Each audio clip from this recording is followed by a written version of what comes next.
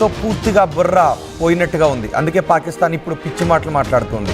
పాకిస్తాన్ ఇప్పటివరకు ఏమందో మీకు గుర్తుంది కదా, మేము తటస్థ వేదిక పైన సిద్ధంగా ఉన్నాము, భారత్ మాపై దాడి చేస్తుంది, మమ్మల్ని రక్షించండి అంటూ ప్రపంచ దేశాల దగ్గరికి వెళ్ళి కాళ్ళ వెళ్ళపడింది. మనం ఆపరేషన్ సింధూని ప్రారంభించాం. పాకిస్తాన్లో ఉన్న ఉగ్ర శిబిరాలను మాత్రమే మనం టార్గెట్ చేసాం. 9 చోట్ల మనం దాడులు చేసాం. ఆ తర్వాత పాకిస్తాన్ మనపై దాడులు చేయడానికి ప్రయత్నించింది, మిసైల్స్ను ప్రయోగించింది, డ్రోన్లను ప్రయోగించే ప్రయత్నం చేసింది. వాటిని తిప్పి కొట్టాము అని కూడా చెప్పారు. కానీ ఇరు దేశాల మధ్య ఉద్రిక్త వాతావరణం నెలకొన్న సమయంలో ఎవరు సీజ్ ఫైర్ని కోరుకున్నారు? పాకిస్తాన్ చెబుతూ ఉంది, భారతే మమ్మల్ని సీజ్ ఫైర్ అడిగింది అని పాకిస్తాన్ అంటూ ఉంది. భారత ప్రధాని సీజ్ ఫైర్కి అడిగారు అని పాకిస్తాన్ అంటూ ఉంది. ట్రంప్ మధ్యవర్తిత్వంతో ఈ సీజ్ ఫైర్ దిశగా అడుగులు పడ్డాయి. ట్రంప్ కూడా ముందుగానే ఆయన ట్వీట్ కూడా చేశారు. కానీ ఈ సీజ్ ఫైర్పై, కాల్పుల విరమణపై ఇప్పటికే భారతదేశంలో ప్రజల నుంచి, ప్రతిపక్షాల నుంచి మిశ్రమ స్పందన వ్యక్తమవుతుంది. అదే సమయంలో పాకిస్తాన్కి చెందిన నేతలు అంటూ ఉన్నారు, ఈ సీజ్ ఫైర్ని మేము కోరుకోలేదు, మేము యుద్ధానికి సిద్ధంగా ఉన్నాం, భారత్ అడిగితేనే సీజ్ ఫైర్కి అంగీకరించాము అని చెబుతూ ఉన్నారు. DGISPR inter services public relations DG, అతను director general of inter services public relations Aurangzeb మాట్లాడుతున్నాడు, భారత్ కోరితేనే మేము సీజ్ ఫైర్కి అంగీకరించామని. పాకిస్తాన్ ఇప్పటికీ అబద్ధాలు చెప్తోంది. పాకిస్తాన్ నేతలు ఒక్కొక్కరు ముందుకు వచ్చి అంటూ ఉంటారు, మేము భారత సైనికులను మట్టుబెట్టామని ఒక పాకిస్తాన్ మంత్రి చెప్తూ ఉంటాడు. మేము భారత భూభాగంలోకి చొచ్చుకొని వెళ్ళి మరి దాడులు చేశాము, మాపై జరిపిన ఆపరేషన్ సింధూర్కి ప్రతిగా మేము భారత భూభాగంపైకి వెళ్ళి దాడులు చేశాం, భారత సైనికులను చంపాము అని ఈ పాకిస్తాన్ పాలకులు, పాకిస్తాన్ సైనికులు అంటూ ఉన్నారు. అదే సమయంలో మనం కల్లారా చూసాం, పాకిస్తాన్కి మనం చుక్కలు చూపించాం. ఒకవైపు అటు బలూచిస్తాన్ ఆర్మీ చుక్కలు చూపించింది, మరోవైపు ఇటు భారత ఆర్మీ కూడా చుక్కలు చూపించింది. బలూచిస్తాన్ ఆర్మీ కూడా తెలుసు అక్కడ ఎటువంటివి జరిగాయో. మా మిసైల్కున్న పవర్ ఏంటో పాకిస్తాన్ అడగండి అని మనం ప్రపంచ దేశాలు కూడా మనం చెబుతూ ఉన్నాం. ఇలాంటి సమయంలో ఇప్పుడు పాకిస్తాన్ అంటూ ఉంది. అంటే పాకిస్తాన్ ఉద్దేశం ఏంటి? మళ్ళీ ఏ ధైర్యంతో పాకిస్తాన్ ఇప్పుడు సీజ్ ఫైర్కి భారతే ముందుకొచ్చింది అని అంటూ ఉంది. అటు IMF నుంచి నిధులు వచ్చాయి, ఇటు చైనా అంటూ ఉంది మేము పాకిస్తాన్ వెంట ఉంటున్నాము అని చైనా అంటూ ఉంది.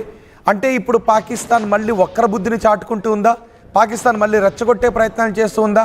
సరే సీజ్ ఫైర్ అంటే అడుగుతుంది, ప్రాణభిక్ష పెట్టించండి, భారత్ మమ్మల్ని తరుముతోంది, తురుముతోంది, వెంటాడుతోంది, ఐడెంటిఫై చేసింది, మమ్మల్ని ట్రేస్ చేసింది, మమ్మల్ని ఇప్పుడు పనిష్ అంటూ ఉంది భారత్. ప్రధాని అవే మాటలు మాట్లాడారు. ఇప్పుడు భారత సైన్యం మమ్మల్ని గుర్తుపట్టింది, వెంటాడుతోంది, మమ్మల్ని భయపెడుతోంది, మమ్మల్ని తరుముతోంది, తురుముతోంది అని ఈ పాకిస్తాన్ నేతలు తిరిగారు. కానీ ఇప్పుడు ఈ పాకిస్తాన్ నేతలు ఒక్కొక్కరు ముందుకు వచ్చి ఏమంటూ ఉన్నారంటే, భారతదేశమే మమ్మల్ని సీజ్ ఫైర్ కోసం అడిగింది అని అడుగుతున్నారు. నిజానికి మనం కూడా మానవతా దృక్పథంతో వాళ్ళు అడుగుతూ ఉన్నారు. అమెరికా కూడా మధ్యవర్తిత్వం చేస్తుంది కాబట్టి కొంచెం సీజ్ ఫైర్ దిశగా మనం ఆలోచించి ఉండొచ్చు.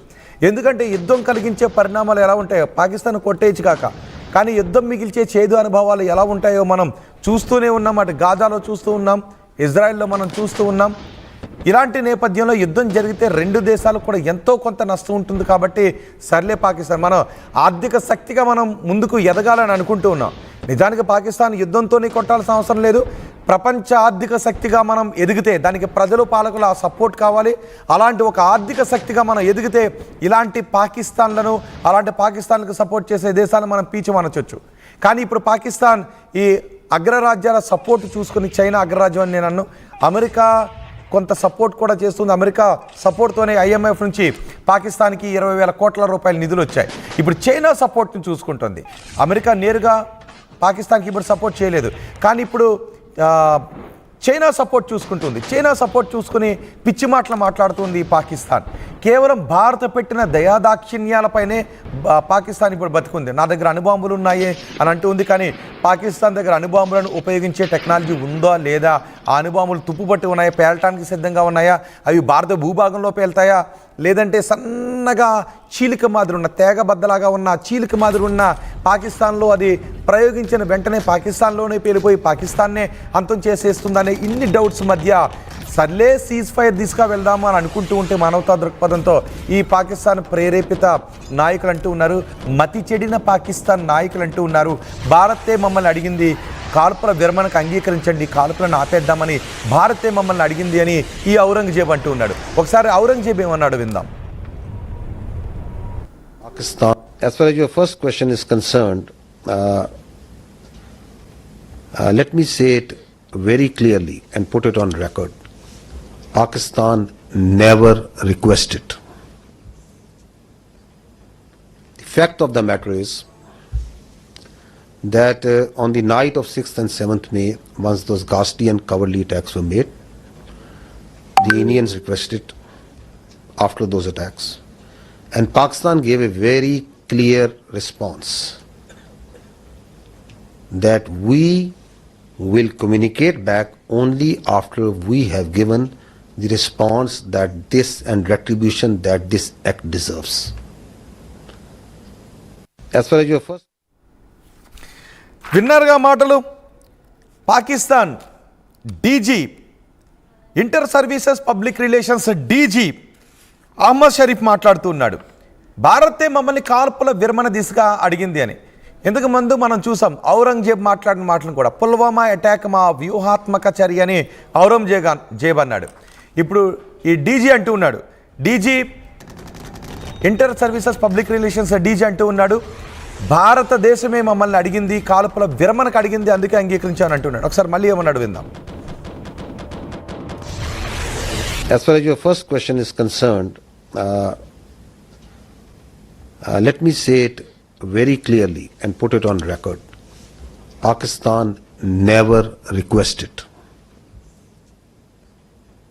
The fact of the matter is that on the night of 6th and 7th May, once those ghastly and cowardly attacks were made, the Indians requested after those attacks. And Pakistan gave a very clear response that we will communicate back only after we have given the response that this and retribution that this act deserves. విన్నారుగా Pakistan DG, Inter services public relations DG Ahmed Sharif ఏమన్నాడు విన్నారు కదా. Pakistan never requested అంట, పాకిస్తాన్ అడగలేదు అని అంటున్నాడు. పాకిస్తాన్ ఎప్పుడు అడగలేదు కాల్పుల విరమణకు పాటించండి అని, భారతదేశాన్ని మేము రిక్వెస్ట్ చేయలేదు, ఏ దేశాన్ని మేము అడగలేదు అని అంటూ ఉన్నాడు అహ్మద్ షరీఫ్ అంటూ ఉన్నాడు. అహ్మద్ షరీఫే కాదు, ఏకంగా పాకిస్తాన్ ప్రధానమంత్రి కూడా ఆ రోజు కొన్ని వార్తలు వచ్చాయి, పాకిస్తాన్ ప్రధాని భయంతో బంకర్లో దాక్కున్నాడని వార్తలు కూడా వచ్చాయి. దాన్ని బలూచిస్తాన్ కూడా అన్నింది. వాళ్ళ దేశంలో ఉన్నటువంటి ఒక ఎంపీ కూడా అన్నాడు, మా ప్రధాని అంటే పాకిస్తాన్ ప్రధాని, వాళ్ళ ప్రధాని పిరికి పందా దాక్కుంటున్నాడు, వెళ్ళి మాకు భయం వేస్తోంది, భారత్ని మేము ఓడించలేము, మా సైనికులు భయపడుతూ ఉన్నారు, అంటే పాకిస్తాన్ సైనికులు భయపడుతూ ఉన్నారు, మమ్మల్ని రక్షించండి ప్రపంచ దేశాలు అని వాళ్ళ దేశంలో ఉన్న చట్టసభలోనే వాళ్ళ చట్టసభ సభ్యుడు మాట్లాడిన మాటలు మనకు గుర్తున్నాయి కదా. మీకు ఒక్కసారి అవి కూడా వినిపిస్తాను. ఏమన్నాడు, పాకిస్తాన్ ప్రధాని పిరికి పందా, పాకిస్తాన్ ఆర్మీ భయంతో ఉంది, పాకిస్తాన్ ఆర్మీని పాకిస్తాన్ ప్రజల్ని ఇప్పుడు రక్షించాలి ప్రపంచ దేశాలు అని చట్టసభలో వాళ్ళ చట్టసభ సభ్యుడు మాట్లాడిన మాటలు మీకు గుర్తున్నాయి కదా, వాటిని గుర్తు చేసుకోండి. అంతేకాదు పాకిస్తాన్ మిలిటరీ హెడ్ క్వార్టర్స్ని కూడా మనం గజగజ వణికించాం కదా, ఇది పాకిస్తాన్కు తెలుసు కదా. కానీ Pakistan inter services public relations DG Ahmed ఏమంటూ ఉన్నాడు, అహ్మద్ షరీఫ్ ఏమంటూ ఉన్నాడు, మేము ఎవరిని అడగలేదు, మేము రిక్వెస్ట్ చేయలేదు, మేము యుద్ధానికి సిద్ధమని అన్నాం, కానీ భారతదేశం మమ్మల్ని సీజ్ ఫైర్ తీసుకురమ్మని అడిగింది అని అంటూ ఉన్నాడు. ఇప్పుడు నేను మీకు 3 బాక్స్లో చూపిస్తాను. పీసీఆర్ ఒక్కసారి పాకిస్తాన్ చట్టసభల్లో పాకిస్తాన్ ప్రధాని పిరికి పందా, పాకిస్తాన్ ప్రధానికి మతి లేదు అన్న బయటను కూడా సిద్ధం చేయండి, దాన్ని మనం ప్లే చేద్దాం. ఇప్పుడు పాకిస్తాన్ ప్రధాని ఏమన్నాడో చూడండి. భారత్ పైన పాకిస్తాన్ విజయం సాధించిందంట. 4 సార్లు భారత్ పైకి యుద్ధానికి వచ్చారు, 4 సార్లు కూడా తొక్కి పెట్టి తిప్పికొట్టి పంపించాం. గుర్తుందిగా 47, 48లో కాశ్మీర్ అక్కడ ఉన్నటువంటి గిరిజనులను ఊసుకొలిపి గిరిజనుల రూపంలో కాశ్మీర్పై దాడి చేశారు. అప్పుడే పీఓకే ఇదైంది. కానీ అప్పుడు మనం గెలిచినప్పటికీ పీఓకేని అప్పటి పాలకుల నిర్ణయాలతో వదిలేయాల్సి వచ్చిందని అంటూ ఉంటారు.